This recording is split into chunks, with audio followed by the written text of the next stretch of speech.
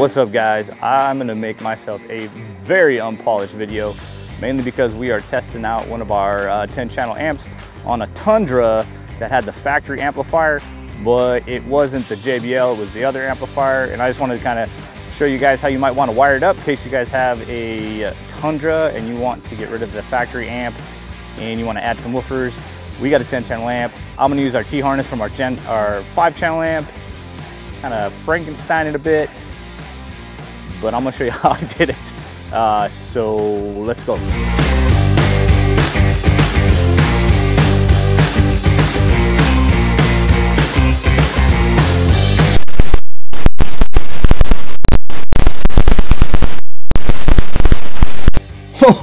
Hello again. Sorry, I interrupt this unpolished video for a little bit of polished video to let you know that I'm going to be a little polished, even though I didn't want to be polished. And that's mainly because when I got done to the end of it, ready to post this, I realized I missed some pretty key points on the wiring, and I didn't want to answer a ton of questions in the comments, so I figured I'll just go ahead and add a little bit of polished into my unpolished video. So what that means is when this video is over, please do not wait. I get to the end of it, because at the end of it I'm going to come back in here, I'm going to explain some of the things that I feel like I didn't explain well while I was in the truck, so that you can understand. So I'll have a schematic for the wiring, I'll tell you which colors are what, and I will tell you the Frankenstein that I talked about with the using of the harness. So make sure you watch to the end in case you have questions, because I'm pretty sure I'll answer them there. But that is my polished part in my unpolished video. Now back to the unpolished video.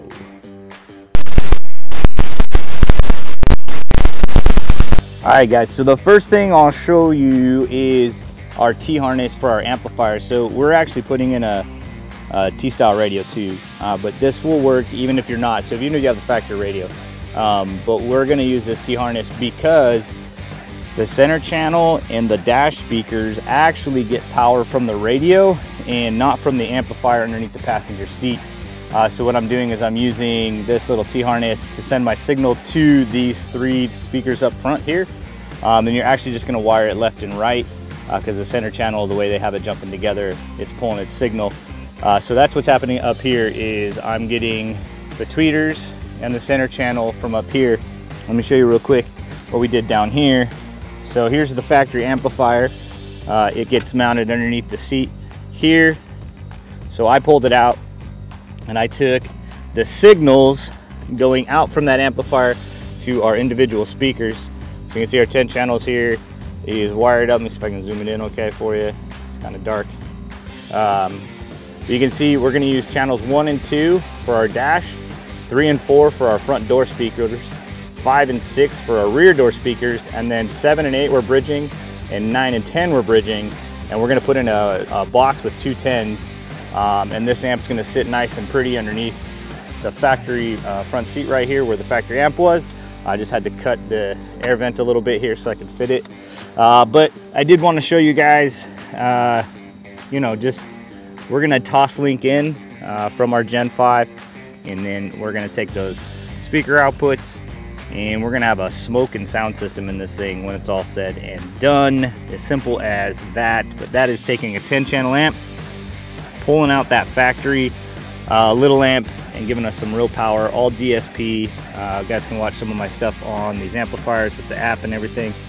Pretty dope stuff. But that is it, man. That's how you could put a 10 channel amp in your Tundra. Simple as that. Wire up the dash speakers from behind the radio, wire up the rest of the speakers from the factory amp, and we're adding a box with 2 kicker 10s. So cool. Welcome to my unpolished in the back of the bay video of adding a 10 channel amp to your Tundra. Alright guys, thanks for watching and coming back into the polished part of my unpolished video. So real quick, I don't think I explained well the Frankensteining of our harness, and maybe even not how I figured out the wiring and whatnot. So I want to kind of clarify that and give you guys some cheap notes, just so I'm not answering a ton of questions in the comments. So the first thing is, why did I use our T-harness? And the answer to that is simple, because I had it and it gave me a toss link and it made it easy to run. Now you can, back behind that radio, cut the 2 wires that I use the T-harness for and just run those speaker wires, but the key is there's 2 wires behind the radio, because the tweeters and the center dash speaker are getting its signal from the radio and not from the amplifier. So you need to get those two signals down there. So whether you want to be the guy that runs it all the way to each speaker, or you want to go behind the radio and cut the wires there and run it down, or you want to be like me and kind of cheat a little bit and use one of our T-harnesses, that's why you have to do that back there. So there's two wires back there. I'm going to give you the pin or the wire colors in just a minute on what you have to do for that. But what I did was I took our T-harness and I went behind the radio, and I didn't have to do anything behind the radio special, because all I did was the two pins that would be left front and right front speaker for a non-amplified are the same pins for the left tweeter and right tweeter. So what this did was this gave me a signal down to use as an amp turn on for our 10 channel amp, because our 10 channel amp, if you do RCA or high level, it will do auto turn on. You don't need to run a remote. With Toslink, you'd have to run a remote. With this, I didn't have to run a remote because I was already using the T-harness. So what it did was it gave me channels 1 and 2 to turn the amp on. I wasn't using it for signal, just for the turn on. That's what that was. So I'm going to run this down and then get it to the amp. So nothing changed behind the radio on this. What changed was the end that goes into the amplifier. So this plug here, when it comes to our 5-channel and 4-channel, are inputs and outputs. When it comes to our 10-channel, all of these plugs are just inputs. So what I had to do, that's where the Frankenstein came in. So I'll go ahead and put right here so you can see it, the pin outs for the two different plugs. And what I did was I unpinned it and I moved it. So the actually the 4 wires that were heading back up to those to the two speakers, the two outputs. So the 4 speaker outputs, left front positive and negative, and right front positive and negative. I took those wires, cut them, and then I actually hooked those to channels 1 and 2 on the amplifier.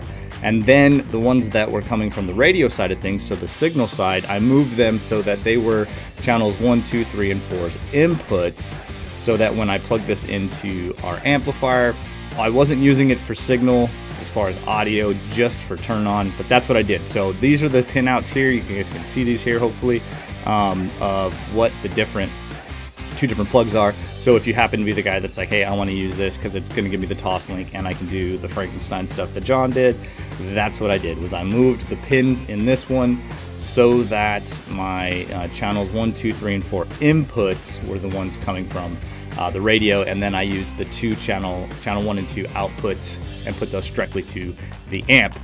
Now the rest of the speakers you're going to get behind or underneath the seat, like I mentioned. So you're going to have left front door, right front door, left rear door, and right rear door. So I'll go ahead and I got these pin out these colors for you as well. So you can see the top 2 are the wires that are behind the radio.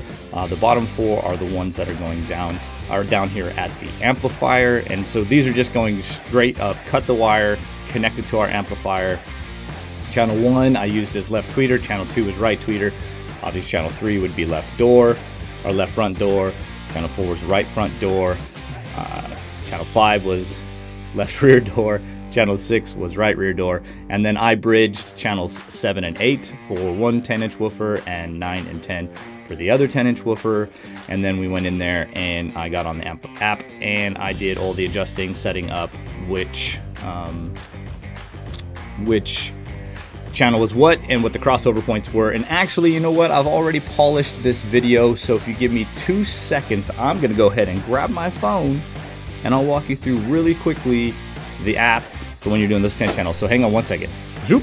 Cool, got my phone, guys. All right, so you're gonna need to download our Linkswell DSP 10 app. If you are using our 10 channel app, you can get that out of the Google Play Store, or you can get it out of the Apple App Store. Download it, put it on your phone, and so that's what I've done. I've got both the apps. We've got 2 apps. By the way, 10 channels, DSP 10, makes sense, right? Linkswell DSP, 4 channel, 5 channel, but that's for another video.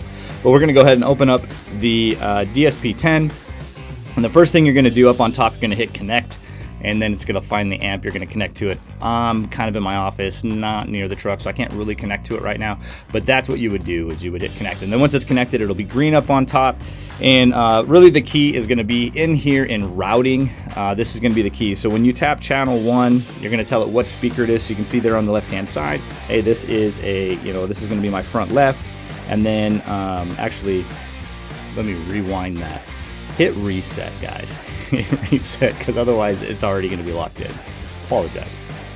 I'm telling you, it's unpolished yet polished. We're good. Cool. Okay, so now let's try this again. We've hit reset. Everything's clear. So channel 1, we're going to say is our front left speaker, and then it's going to give us a variety of options of what that front left speaker is going to be. It can be full range, meaning it's going to play everything factory. It can be high, meaning it's going to play really high, like your tweeters if you're doing like a 3-way setup, mid-range, low range, and then you have the option of mid-high and mid-low. So this is actually what I selected here because those dash speakers are more mid-range than they are just tweeter, and so I set our tweeters to mid-high. So we want to go ahead and hit mid-high, and then we would tell it that that signal is coming from, say, channel 1. So you can see on the right hand side there, those are the 8 inputs, and you're going to tell channel 1 to get its signal from whichever channel. And so this process will follow through all of the channels. So we just made channel 1 on our amplifier, the front left, mid-high, and it's getting its signal from channel 1. We're going to hit OK, and then you can see in the top left it's changed that, so we can do the same thing with channel 2. We're going to say channel 2 is front right, and it's also going to be mid-high, and we want it to get its signal from input 2. So we're going to go ahead and turn off all of the other inputs and hit OK. Now you can see that has set there. Channel 3 we know is going to be front left as well, because now this is our mid-range or our woofer, and you can see it's already going to lock in for us that this is now mid-low, meaning it's going to play mid-range down to the upper bass line. And we're going to say this one also needs to get input from channel 1, because that way if we're doing our fading, when we hit, when we fade the front left, it's going to be the whole setup playing front left. And then we're going to hit OK, and that's the process. We're going to do the same thing for channel 3. Channel 4, we're going to do the same thing channel 5. This time though, we're going to say channel 5 is right or left rear, so rear left, and we're going to do full range because the signal going to that one is getting crossed over in the door itself, and we're going to say we want that input to come from channel 3. We're going to go ahead and we're going to turn all those other ones down. We're going to hit OK, bada bing, bada boom. Now I'll show you real quick, we'll do the same thing on channel 6, but for channel 7 we're going to set that up as, we'll say subwoofer left, and it's going to be left side subwoofer. And on this one I like to, for the subwoofer, put all the inputs on because we're going to have 4 inputs.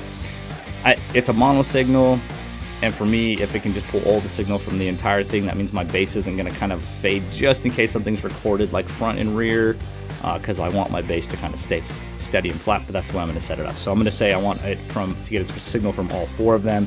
I'm going to hit OK, and then that's done. We'll do the same thing with channels 9, and then that'll be set. Now, doing it this way, setting up our routing and telling it what speaker it is, actually is going to preset our crossovers. So if I tap crossover, you can see for channel 1, it's already showing the crossover. So you can see where the high pass is dropping down, and we can adjust this by dragging it if you want. So if you want to cut that crossover higher or you want that crossover to go lower, you can change the dB drops, whether you want to turn the filter off all completely, 6, 12, 18, or 24 dB drop.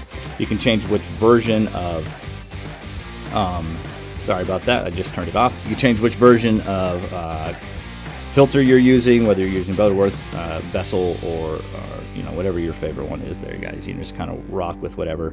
And then you can see on the bottom there, it's all the different channels. So we can actually combine. So we're going to go ahead and say, hey, set up my left to right, which means now whatever I'm doing to channel 1, it's going to do the same thing to channel 2. And you can see if I hit channel 3, it's already preset to do the higher end. So it's going to go mid-range to the bass side because these are our door woofers. Same thing, we can adjust right here. The bottom is the low pass filter, so it's saying, hey, don't play anything higher than this, and we can combine that as well. We're going to go left to right so that channel 4 is going to be linked with channel 3, and so on and so forth. And we can do the same thing with our woofers. You can see our filters are right there. And then once you have all of that set up, it's kind of up to you if you want to play with the EQ. So I'll show you real quick. There is an EQ in here that you can adjust per channel or linked channels. You can also do, there's an input EQ. So like if your source is kind of dirty, you can kind of change this. So this gives you an opportunity, like you can use some white noise or some pink noise, I guess you should say, really, like the pink noise, and an RTA and all of that stuff, and like flatten your input. And then you can use an O-scope, and you can pull out and mess with the gains and all of that stuff. But this is the basics. I told you I was going to do basics because this isn't a whole video on that, but this is the basics. You got your setup for the fades and the gain. So like for us, those tweeters were really bright up on the dash. So on channels 1 and 2, I lowered. You can see right here, I'm lowering the gain. Just kind of turned those down a little bit so they weren't so bright, so I could get louder without having the overpowering mid-range in my ears. And then once you've got it all set up and you like the way it's sounding, you can hit save to amp, select favorite 1 or favorite 2 or whatever, and then it's going to save it. And then you can kind of mess around with it again and play with it some more. But those are the settings, guys. That is our 10-channel DSP install, half polished, half unpolished, a little mixed up. I actually wasn't planning on opening the app, but I did. Hopefully that helps. Use this cheat sheet on the wiring, and yes, enjoy high quality audio in your Toyota Tundra. All right, guys, until next time, we'll see you.